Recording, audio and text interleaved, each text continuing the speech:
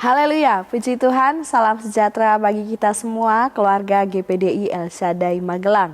Rise up, bangkit, bergerak, berdampak. Puji Tuhan, kita bersyukur kepada Tuhan, kembali hari ini kita dapat menikmati kebenaran firman-Nya. Dan mari langsung saja kita akan membuka Alkitab kita di dalam kitab Imamat, pasal 19, kita akan membaca ayat 1, ayat 2, dan ayatnya yang ke-37. Sekali lagi, Imamat 19, ayat 1, ayat 2, dan ayat 37. Demikian firman Tuhan. Tuhan berfirman kepada Musa, "Berbicaralah kepada segenap jemaah Israel dan katakan kepada mereka, Kuduslah kamu, sebab aku Tuhan Allahmu kudus." Ayatnya yang ke-37, "Demikianlah kamu harus berpegang pada segala ketetapanku dan segala peraturanku, serta melakukan semuanya itu. Akulah Tuhan."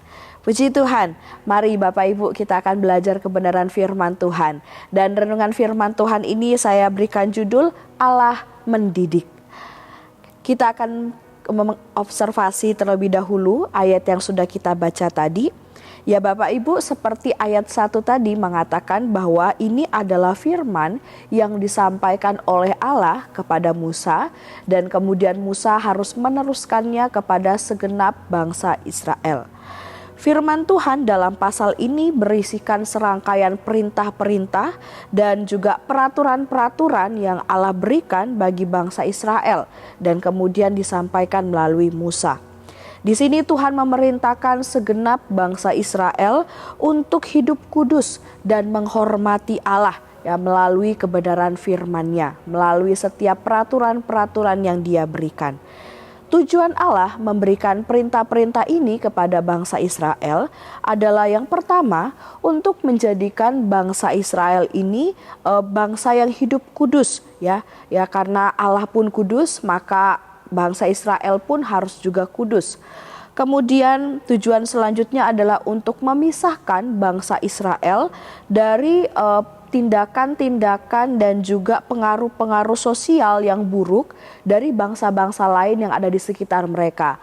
Karena ada begitu banyak bangsa-bangsa di sekitar Israel yang tidak mengenal Allah, sehingga hidup mereka tidak benar, dan Allah ingin supaya bangsa Israel tidak terpengaruh dengan kehidupan mereka yang tidak benar.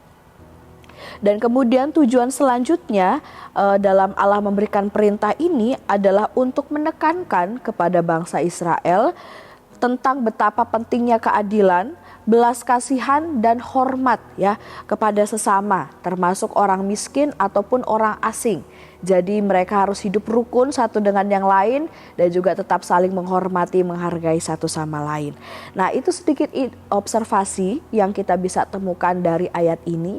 Dan kemudian interpretasinya Bapak Ibu, apa yang kemudian dapat kita pelajari dari pasal ini. Dalam pasal ini kita menemukan banyak perintah-perintah Allah seperti yang saya sudah sampaikan di awal tadi. Dan di zaman sekarang ini Bapak Ibu, perintah-perintah Allah bagi bangsa Israel ini juga tetap berlaku bagi kita umat-umat Tuhan yang ada sekarang. Dan dalam pasal ini kita dapat melihat dan membagi bahwa perintah Allah yang diberikan kepada bangsa Israel ini terbagi menjadi dua kategori. Kategori yang pertama yaitu adalah perintah Allah untuk bangsa Israel, untuk diri mereka pribadi lepas pribadi, namun ditujukan kepada orang lain, atau perintah untuk diri sendiri terhadap orang lain. Contohnya di dalam pasal ini Allah memerintahkan untuk bangsa Israel menghormati ayah dan ibu mereka. Jadi untuk pribadi tapi dilakukan terhadap orang lain. Kemudian untuk mereka tidak berbohong tidak berbohong terhadap Allah dan juga terhadap sesamanya. Tidak mencuri. Mencuri ini berarti ada milik kepunyaan orang lain dan itu diambil tanpa seizin. Nah, itu mencuri. Dan itu adalah perintah Tuhan terhadap pribadi, tapi kemudian yang berkaitan dengan kehidupan orang lain. Kemudian mengadili dengan adil. Ya, ini juga perintah Tuhan ya, kalau ada perkara-perkara yang terjadi harus diadili dengan seadil-adilnya.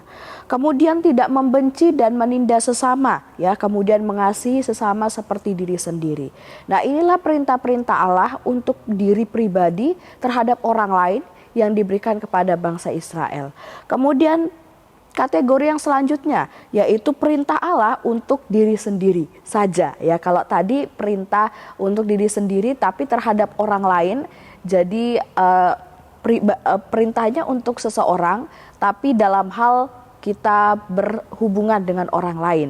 Nah, kemudian perintah yang selanjutnya adalah perintah untuk diri sendiri. Jadi memang khusus untuk pribadinya. Dan di sini contoh di dalam ayat tadi, dalam pasal 19 ini kita bisa menemukan contoh perintahnya adalah tidak mencukur tepi rambut ya. Kemudian juga ada perintah untuk tidak merajah atau membuat tanda atau gambar pada kulit dengan benda yang tajam. Ya, mungkin bahasa sekarang kita mungkin lebih mengenalnya dengan istilah tato ya Bapak Ibu. Kemudian juga tidak mencari nasihat dari peramal atau tukang sihir. Ada juga kemudian perintah tidak boleh menggoresi tubuh ya, melukai tubuh dengan sengaja. Kemudian tidak mencampur jenis ternak ya, itu adalah perintah, contoh perintah-perintah yang Allah berikan kepada bangsa Israel bagi diri mereka sendiri, jadi secara pribadi. Nah, dari hal-hal ini apa yang kemudian dapat menjadi pelajaran bagi kita Bapak Ibu? Di sini kita dapat melihat bersama-sama bahwa Allah itu mendidik umatnya ya, bahwa Allah itu mengasihi umatnya dengan cara dididik, dilatih, diajar. Tidak hanya mendidik setiap pribadi untuk dirinya sendiri, tetapi di sini Allah juga mendidik setiap pribadi dalam bersikap dan dalam berespon terhadap pribadi orang lain juga. Oleh sebab itu tadi kita bisa temukan ada dua kategori perintah, terhadap diri sendiri dan juga untuk diri sendiri terhadap orang lain. Jadi Allah ini benar-benar mendidik manusia tidak hanya untuk pribadi mereka sendiri, tetapi juga untuk orang lain melalui diri mereka. Nah, jadi kita melihat bagaimana Allah sejak dahulu kala sudah mengatur, sudah merancangkan, sudah menata, sudah mengusahakan bagaimana supaya umatnya ini dapat yang pertama menjadi pribadi yang beretika dan juga bermoral yang benar. Ya, baik dalam tingkah laku mereka, perkataan, perbuatan mereka. Semua sudah diatur Tuhan melalui adanya perintah tadi. Dididik ya untuk memiliki etika yang benar. Kemudian sejak dahulu kala Allah juga sudah mengatur, sudah menata, mengusahakan bagaimana supaya umatnya ini dapat memberi dampak ya dan teladan yang baik bagi orang lain yang ada di sekitar mereka. Oleh sebab itu juga ada peraturan tadi yang tentang berespon terhadap orang lain, peraturan tentang bagaimana memperlakukan orang lain, itu Tuhan ajarkan semuanya. Tuhan sudah tata, Tuhan sudah sediakan dan diberikan kepada bangsa Israel melalui peraturan-peraturannya.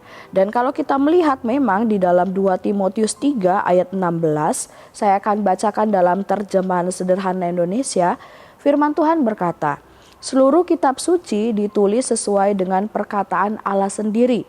Semuanya berguna untuk mengajar, menegur, menunjukkan kesalahan, dan mendidik kita untuk hidup benar di mata Allah. Nah, jadi kita melihat Bapak Ibu, semua peraturan yang Allah berikan itu tujuannya untuk mendidik ya. Tidak ada tujuan yang lain, tidak untuk mengekang, tidak untuk mengikat, membebani atau merampas kebebasan, tidak Bapak Ibu. Tapi tujuannya untuk mendidik, melatih ya, supaya kemudian hidup kita ini benar. Jadi kalau Allah mendidik umatnya pasti dan selalu untuk kebaikan umatnya tersebut. Oleh sebab itu tentunya kita harus mau dididik oleh Allah dan mau ikut Allah, didikannya Allah juga dia di dalam kehidupan kita. Dan bagaimana caranya untuk kita bisa mengikuti didikan Allah? Ya, ini masuk dalam aplikasi ya, apa yang bisa kita lakukan dalam kehidupan kita untuk kita bisa mengikuti didikan Allah. Yaitu yang pertama tentunya kita harus lakukan perintah Allah itu. Lakukan setiap kebenaran firman Tuhan yang kita bisa nikmati melalui Alkitab kita. Dan kemudian untuk bisa tahu apa saja firman Tuhan yang harus dilakukan, ya tentunya kita harus mencari tahu ya apa saja perintah firman Tuhan di dalam firman-Nya, di dalam Alkitab. Bapak Ibu bisa kemudian mendengarkan melalui khotbah, melalui renungan, atau kita belajar kebenaran firman Tuhan pribadi. Nah, disitulah kita bisa tahu apa saja perintah Tuhan yang harus kita lakukan ya. Dan kemudian kita juga melakukan hal yang selanjutnya yang harus kita lakukan, yaitu adalah minta tuntunan Roh Kudus supaya kita bisa taat ya mengikuti setiap didikan Tuhan dan bisa taat melakukan setiap perintah-perintahnya di dalam kehidupan kita. Dan kita percaya kalau kita melakukan perintah Tuhan, kita hidup di bawah didikan Tuhan, hidup kita pasti akan benar, hidup kita pasti akan baik, kita akan punya etika yang baik, moral yang baik, dan tentunya hidup kita ini pun akan menjadi berkat, menjadi dampak, menjadi teladan yang baik bagi sesama kita, sehingga nama Tuhan semakin dipuji dan dipermuliakan. Puji Tuhan, Tuhan Yesus memberkati kita semuanya melalui renungan firman Tuhan yang sudah kita nikmati hari ini. Kami ucapkan terima kasih bagi Bapak Ibu yang telah mengikuti Renungan 79. Kiranya renungan firman Tuhan ini dapat menjadi berkat, kekuatan bagi kita semuanya. Bagi Bapak Ibu saudara-saudari yang ingin didoakan untuk pokok doa tertentu atau ingin menceritakan kesaksian, baik mujizat kesembuhan, pemulihan masalah keluarga dan lain-lain, dapat disalurkan melalui chat WhatsApp di nomor 0813 2742 0088. Mari kita akan sama-sama berdoa. Tuhan Yesus yang baik, kami bersyukur buat kebenaran firman-Mu yang kami dapat nikmati hari ini. Firman-Mu yang mengajarkan kami untuk kami mau selalu ikut didikan Tuhan, mau dididik oleh Tuhan dan mau melakukan kebenaran firman Tuhan. Supaya hidup kami selalu tinggal di dalam kebenaran dan hidup kami dapat menjadi berkat bagi sesama. Tuhan tolong berkati setiap jemaat Tuhan yang ada di GPD LSAD Magelang.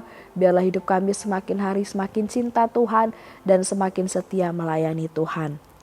Perlihatkanlah kepada keluarga GPD LSAD Magelang kasih setia-Mu ya Tuhan, dan berikanlah kepada kami keselamatan daripada-Mu. Terima kasih Tuhan, kami aminkan dan terima kebenaran firman-Mu dalam nama Tuhan Yesus. Haleluya. Amin.